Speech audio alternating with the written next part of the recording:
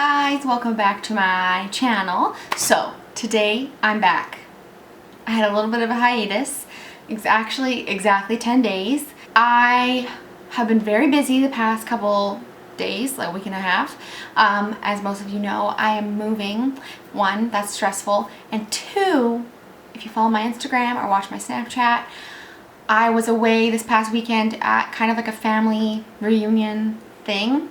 Lots of fun. So I didn't worry about filming or anything because honestly, I want to spend time with my family. So anyways, I've been thinking about this video for a very long time actually. Today I want to talk about some of the books that I've read recently since I guess Christmas, because the last book video I did was January and that was a long time ago. So it's time to catch you guys up on what I've been reading, what I enjoyed, what I didn't enjoy, kind of the theme in my reading right now, or what it was, the theme.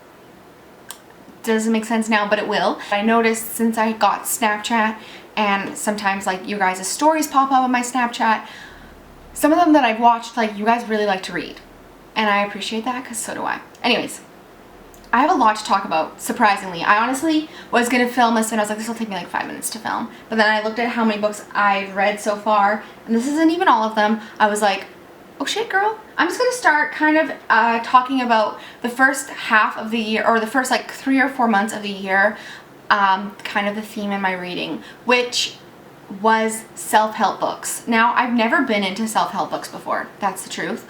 I don't really think that they're all that helpful a lot of the time, but I moved away, I was homesick, kind of sad, and I wanted something to sort of like better myself and make life a little bit easier for me and the people around me. So I started reading self-help books and I got like really into it. So I'm going to talk about some of the ones that I read. So the first one that I read was The Book of Forgiving by Desmond Tutu and Mpho Tutu. These are actually a father and daughter duo, which is really adorable.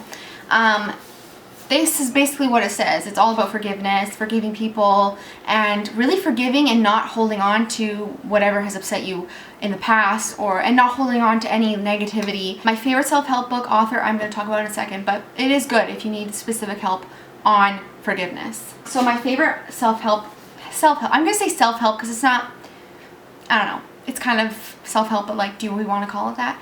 Brene Brown, I don't know if you guys have heard of her. She's amazing. What I like about her writing is that instead of just saying like, these are the steps to being like the best person you can be, she tells you a story, tells you her story, how she made a mistake, and then how she fixed it, and how she moved on, and how she recovered from the situation. So this one I'm holding in my hands, which I maybe lost one of them, but I also lost the dust cover because I suck. This is called Rising Strong. So this is about failure, coming back from that and recovering from it in a very healthy way. So whatever you want to call that, that is an amazing book. And like I said, Brene is a very great author. She's just an awesome author. And I also read her Gifts of Imperfections book, which is about perfectionism. I am through and through a perfectionist. If you're not a perfectionist, you won't understand this. But if you are, you'll understand me when I say that it's very hard sometimes to remember that you and the people around you are real people and not robots that like make mistakes and, you know, say the wrong things at the wrong time or whatever. The Gifts of Imperfection sort of doesn't just say like, oh, you've got a huge butt, like embrace it. It's not like that. It's more like inner, like, you know, you don't like this about yourself. That's okay. Like there's actually good that comes out of that. Honestly, if I were to read one over the other, I would read The Gifts of Imperfection again, because again, perfectionism is something that is more like relevant in my life. But Rising Strong is also very good, especially if you're struggling right now. Like honestly, when I was struggling, these books made me feel very like human. Like it's okay to be in the position I was in. So, like my self-help books, but this is also another kind of different book that I've never really read stuff like this. I don't really like essays, books composed of essays. I find them kind of boring. I like a story. I like connections. I like having a character to follow. That's why I like series so much. But I did read this, and this was actually a gift my parents gave to me when I came home from my sister's wedding, and it's called We Should All Be Feminists by Chimamanda Ngozi Adichie. I probably didn't say that right. A very powerful author, and something I think everyone should read. Man, female, man, woman, whoever you are, doesn't matter who you are, what your sex is, you should definitely read that. So in January, I went through another phase where I didn't really like fiction. I don't know. I went through a lot of phases. So that's why I kind of went into like the whole self-help books. And before that, I was really into Mindy Kaling's books. I think I got this one for Christmas. And I love her. Like, I love her. And I think that she doesn't really get enough credit, I think. I mean, okay, so here's my thoughts, to be 100% honest. She's not like the best actress in the world. That's the truth, and we all know it. It's like just fact. But she's an amazing writer, she's funny, and she's different. Like, thank God for people who are the same as everyone else, honestly. Even if you're not really into like nonfiction, sort of like laughy haha essay kind of books, these are really, really funny. And she like talks about her love life and her experiences being an immigrant and everything like that. So it's just really interesting. Very good books. It's hilarious. She's hilarious, honestly. Although something happened to her face. And I'm not against like plastic surgery. I know like most people in Hollywood have something done, but like there's something like wrong.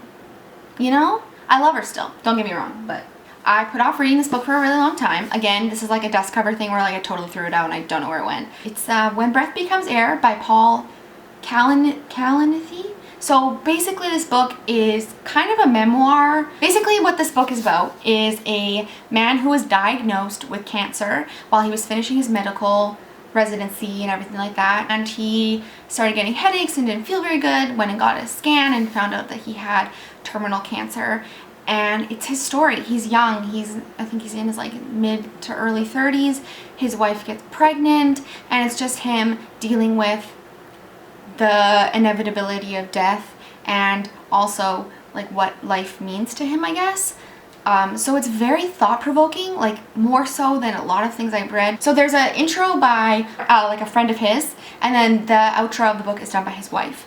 It is absolutely beautiful. It is totally gonna make you bawl your eyes out. Every night I read this I cried because you don't want to, I don't know, you want a happy ending. Life is already so hard, but this is just, it's very realistic and it's beautifully written, so I highly recommend this, but you will cry. I love this series. I'm so sad it's over, although I think there's like another book series about the same characters coming out like next year. I don't know. Who knows? I hope to God it's true because I live for this book.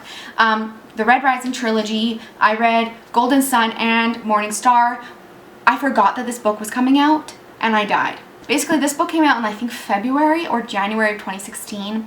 I picked it up. It is so addicting. It is so intense. It is so nice. I just love it. So many twists and turns. You really never know what you're gonna get, and I like it. Oh, now I look like a waterfall. Oh, come down.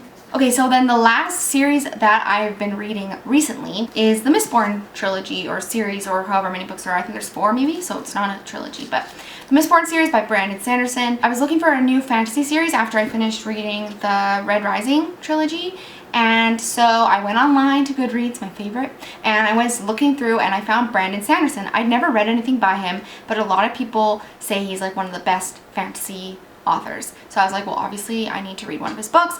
I chose Mistborn because it has a female heroine, which I like. A female main character who's like badass bitch, like no one can mess with her, and it's pretty freaking awesome. And so I read this one, Mistborn, very good, loved it. So then I proceeded to buy the second book, which is The Well of Ascension, and it's really good. I love it. So intense and exciting, and it doesn't really get boring at all, even though they're like hefty and there's lots of books. But I love this author. I really think that he's like he knows what he's doing. He's got like the fantasy thing down. So that's what I'm reading right now, The Well of Ascension, and I'm loving it. Follow me on GoodReads. I keep mentioning it and I forgot to tell you that I have an account. You can follow me on it. For some reason, every time I leave a link for it down below, it takes you to some other person's page who's named Adrian. Like, what the fuck? That's not me. So you can just type in on GoodReads Emilie Joy and my name will come up and my page will come up and you can follow me. That's everything. I think those are all the books I've read this year so far, excluding just a few, but those are definitely my favorites. So I hope you all enjoyed this video. Let me know down below if you have any amazing book suggestions. I always say this, but you guys literally have the best book suggestions in the world. So that's it. I'll see you guys all soon. Bye!